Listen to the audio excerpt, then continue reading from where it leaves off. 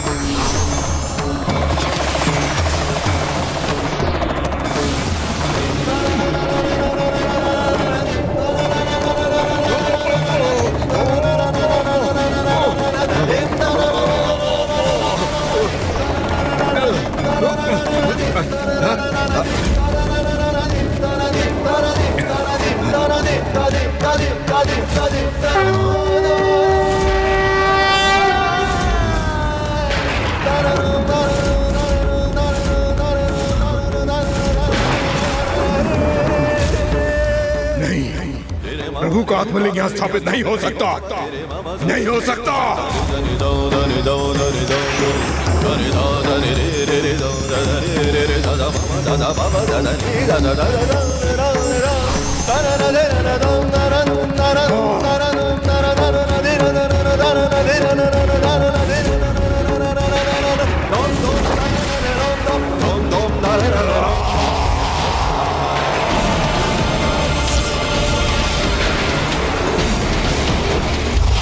पुत्र जाओ, जाकर प्रभु महादेव का आत्मलिंग लेकर आओ। इस बार मैं प्रभु महादेव को अपने साथ लेके ही लौटूंगा, अन्यथा आपको कभी अपना मुख नहीं दिखाऊंगा मैं।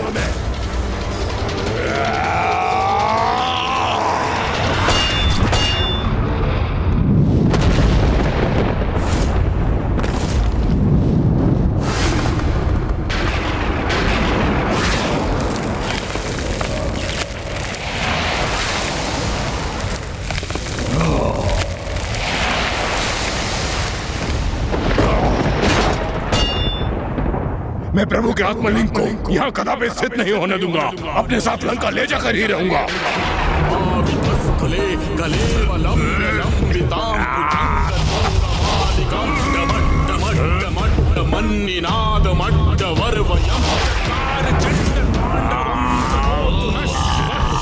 आप प्रभु की आत्मलिंग को अपने स्थान से कदापि नहीं हिला सकते हैं लंकेश।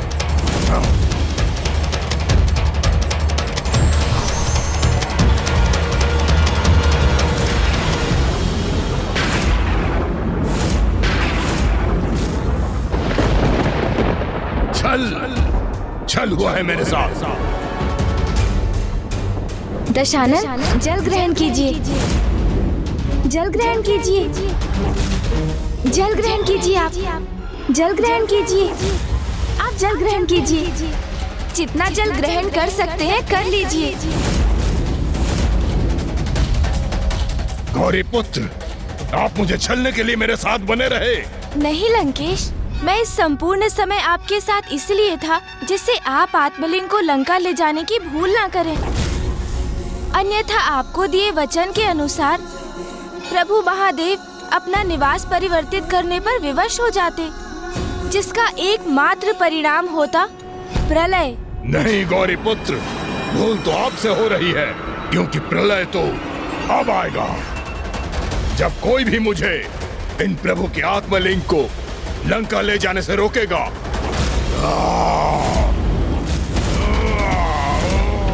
लंकेश, अब अपना ये प्रयास यहीं रोक दीजिए आप। क्योंकि इन्हें यहाँ से विस्थापित का प्रयत्न करना पाप होगा। और इतने महाज्ञानी होने के बाद भी ऐसा अनर्थ करने की मूर्खता मत कीजिए आप। आपके लिए मूर्खता होगी गौरी पुत्र, किंतु मेरे लिए ये उद्देश्य है। आप जो चाहते थे आपने वो किया, अब जो मैं चाहूंगा वही होगा। उसमें आपका कोई भी हस्तक्षेप स्वीकार नहीं करूंगा।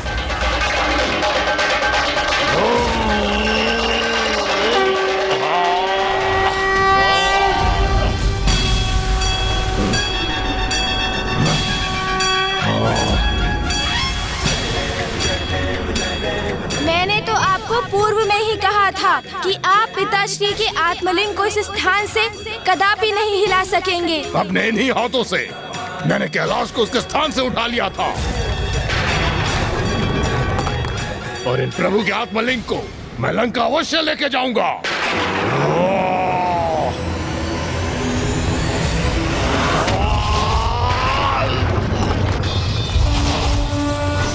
वहीं रुक जाइए लंकेश, क्योंकि जो कुछ भी हुआ प्रभु महादेव की इच्छा से ही हुआ। इसलिए उनकी इच्छा के विरुद्ध जाने का दुस्साहस मत कीजिए आप, अन्यथा जो आप करने जा रहे हैं उसका दुष्परिणाम भुगतना होगा आपको। नहीं, अब कोई नहीं रोक सकता मुझे, ना ही आपका छल तो ना ही आपको भयभीत करने का प्रयास।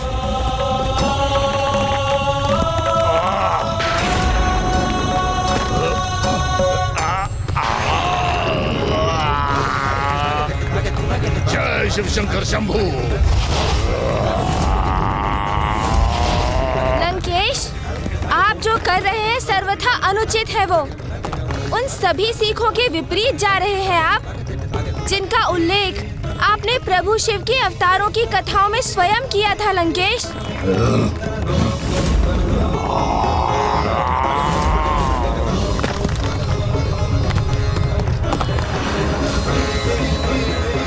पृथ्वी पर महासंकट छा रहा है। यदि पृथ्वी को विभाजित करने वाली ये दोनों रेखाएं आपस में मिल गई तो पृथ्वी दो भागों में विभाजित हो जाएगी। ऐसा कदापि नहीं होना चाहिए। हमें इसे कैसे भी रोकना होगा। रुक जाइए लंकेश, आप अपने साथ संपूर्ण पृथ्वी का विनाश करने जा रहे हैं। मुझे इसकी कोई चिंता नहीं।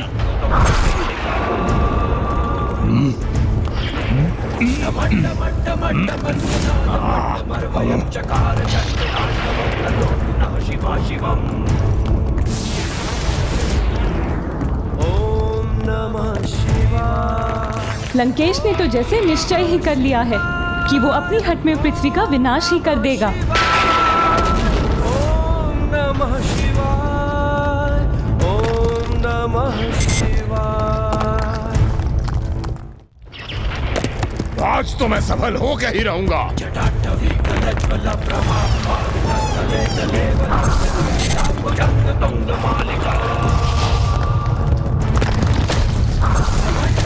लंकेश, अब मैं आपको अंतिम चेतावनी दे रहा हूँ, रुक जाइए। नहीं गौरी पुत्र, आपने छल किया है मुझसे, और अब आपकी अथवा किसी की भी चेतावनी का कोई प्रभाव नहीं होगा मुझ पे।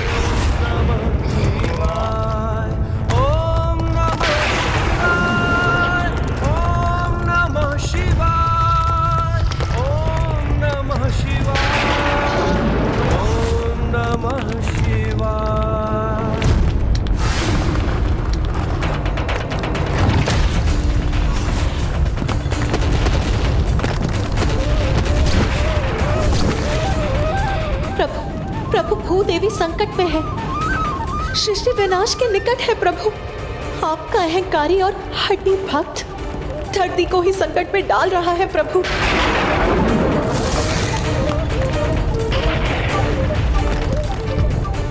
अनेकों चेतावनी दे चुका हूँ मैं आपको दशानन, किंतु अब मैं आपके रुकने की और प्रतीक्षा कदापि नहीं करूँगा। आपको आपकी इस उद्दंडता का उचित दंड दूंगा मैं।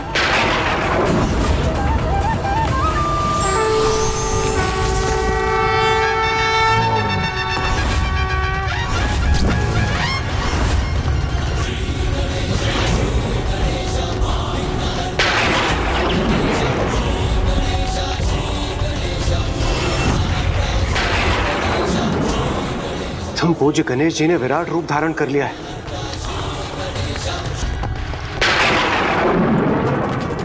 किंतु सृष्टि तो एक अत्यंत ही विकट संकट की ओर बढ़ रही है। लंकेश, रावण ने कितनी अनिष्टकारी परिस्थिति उत्पन्न कर दी है और अभी भी वो रुकने के लिए तैयार नहीं है।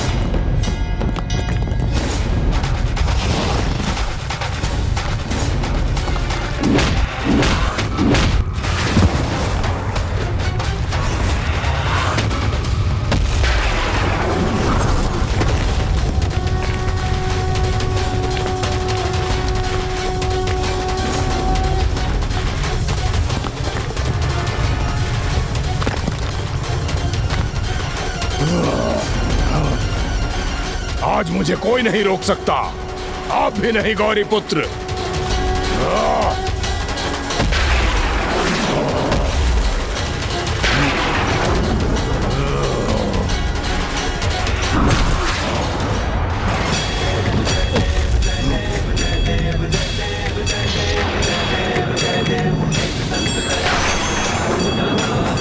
आप मुझे मेरी शक्ति का प्रयोग करने के लिए विवश कर रहे हैं गौरी पुत्र।